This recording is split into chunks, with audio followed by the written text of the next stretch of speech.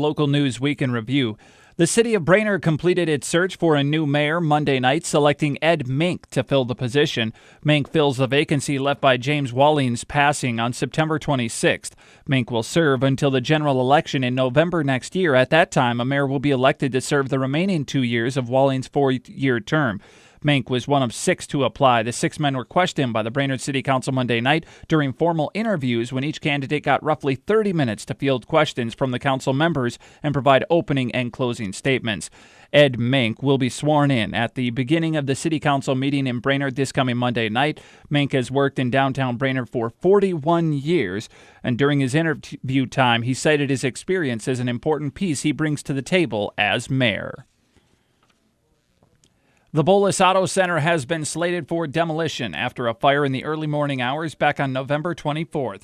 According to the Bolus Fire Chief, Mike Scholes, the building was a total loss, but nobody got hurt. The business owner, Jarrett Glader, was working late that Monday night when the fire started around midnight. The first fire extinguisher he used malfunctioned. By the time he used a second extinguisher, the flames were too high to douse. Part of the damage to the Bolus Auto Center included vehicles that Glader was working on at the time, along with all of his tools and equipment.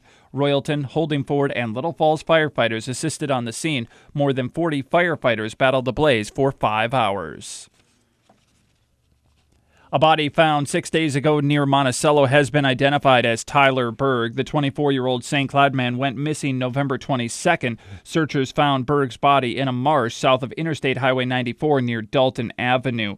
The Midwest Medical Examiner's Office conducted an autopsy on the body and identified it Tuesday morning as Berg. The circumstances surrounding the death of Tyler Berg are under investigation by the Wright County Sheriff's Office and the Midwest Medical Examiner's Office. Crow Wing County deputies are investigating a fatal 2-vehicle accident on Highway 6 near Emily Tuesday morning around 10:20. A vehicle driven by 20-year-old Kaylin Johnson of Brainerd was on Highway 6, crossed the center line, and collided head-on with a car driven by 30-year-old Anthony Kinchin of Cass Lake. Kaylin Johnson of Brainerd was pronounced dead when authorities arrived. Kinchin, his passenger, 24-year-old Chanel Drumbeater of Onamia, 18-year-old Kaylee Burnett, and 4 children, 2 age 7, also 1 age 8 and 1 age 4, were all injured in the accident and taken to an area hospital and treated for what the State Patrol reported as non-life-threatening injuries.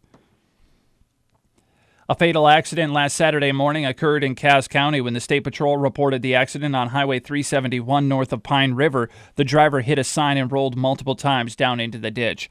The driver, 42-year-old Michael D. Kelly of Pine River, was ejected from the vehicle and died at the scene. A St. Joseph man was killed Wednesday when the vehicle he was driving crossed the center line in Pennington County and hit a semi. 34-year-old Elroy Huntington was driving south around 2:50 Wednesday morning on U.S. Highway 59 when the collision happened near Thief River Falls. Huntington was not wearing a seatbelt. The driver of the semi, 53-year-old John Zima of Waban, was not injured.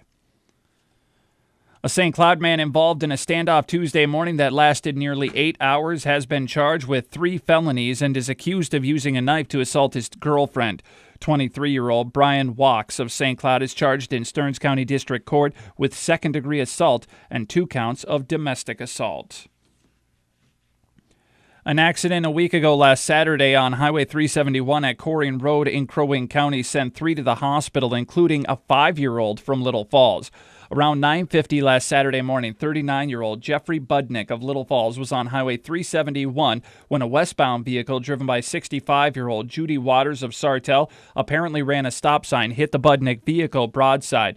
Both drivers and 5-year-old Carson Budnick of Little Falls were taken to the hospital with what the State Patrol ruled as non-life-threatening injuries. MnDOT has awarded the final contract to design and build the new segment of Highway 371 between Nisswa and Jenkins to Mathowitz Construction at a cost slightly under $50 million, $49.858 million. Now that the contract has been awarded, work can begin on the 9-mile 4-lane expansion. Design and field work will begin immediately with soil boring and testing in December. The first major construction activity will begin next month when crews clear trees for the new roadway. All lanes of the new segment of Highway 371 are scheduled to open in the fall 2017. Area emergency personnel are warning about the dangers of thin ice after a close call near Pillager. A week ago Thursday, Pillager firefighters responded to an ice skater that went through the ice on Lake Placid, a reservoir of the Crow Wing River west of Pillager. The man was able to pull himself from the icy waters before help arrived. Authorities are reminding those that at least 4 inches of ice thickness is needed to walk on area lakes, 5 inches for snowmobiles, and nearly a foot before any vehicles can go on the ice. The ice is beginning to freeze over, but many bays and riverbeds remain very, very thin. A St. Cloud-based long-term care pharmacy has finalized a merger agreement with a similar operation near Little Falls. Guardian Pharmacy of Minnesota will assume ownership the first of the year of Minnesota Pharmacy Solutions, which has 2,000 residential clients. The owner of Minnesota Pharmacy Solutions is nearing retirement age and wanted to provide protection for his employees and assurance for his clients. Acquisition talks began last year. The agreement was made public the end of November. Benton County will be joining more than 300 law enforcement agencies who will be working overtime this holiday season.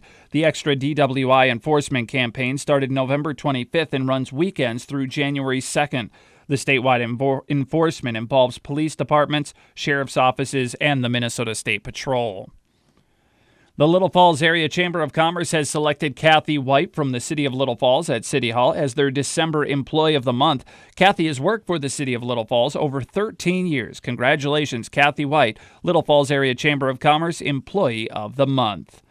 The Little Falls City Council meets this coming Monday night, 7:30 at City Hall. Meanwhile, the City of Pierz will hold a community meeting next Wednesday night, 7 o'clock at the Pierz Senior Site to discuss a grant application for a possible community center for the City of Pierz. That completes this week's Local News Week in Review.